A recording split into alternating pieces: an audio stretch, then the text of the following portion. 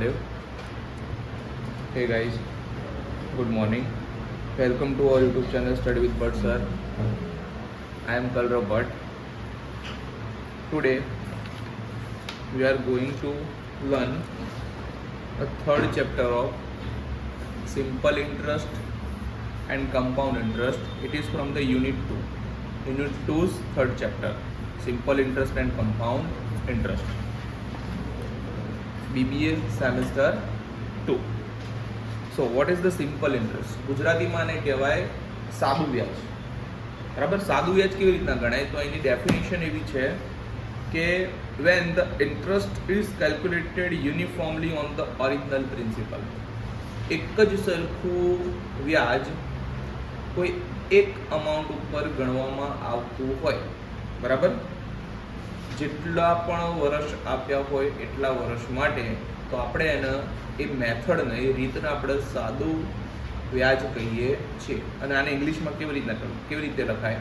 when the interest is calculated uniformly on the original principal throughout the period under the consideration, then it is called the simple interest.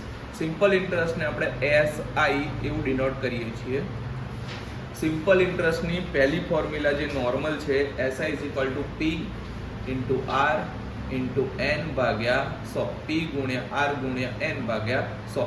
P એટલે કે principal, R એટલે કે rate of interest જેને વ્યાજના ટકા કહીશું, N એટલે કે મહિના વર્ષ જે આપ્યું હોય એ, અને ભાગ્યા 100.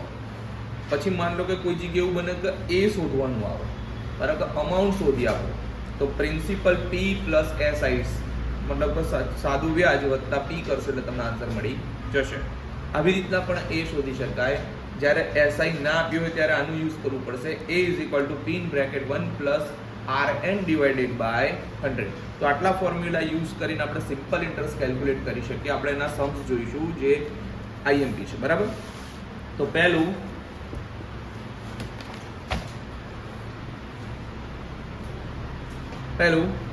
calculate the simple interest and amount on rupees 50,000 at the rate of 8% for the 5 year. તો પહેલા આમાંથી આપણે ડેટા કાઢીશું. તો આમાંથી ડેટા પહેલા મળશે આપણને P is equal to 50,000, 50,000 rupees. પછી આપણી જોડે છે rate of interest R is equal to 8%, અને આપણી જોડે N આપ્યું છે 5 year. અને આપણે ફાઇન્ડ શું કરવાનું? Calculate the simple interest. તો આપણે ફાઇન્ડ કરવાનું છે SI is equal to what. હવે આપણે અહીંયા એકદમ સિમ્પલ ફોર્મ્યુલા છે મૂકીશું. SI is equal to P R N divided by 100. P ની જગ્યાએ મૂકીશું 50,000, R ની જગ્યાએ 8, N ની જગ્યાએ 5 ભાગ્યા 100.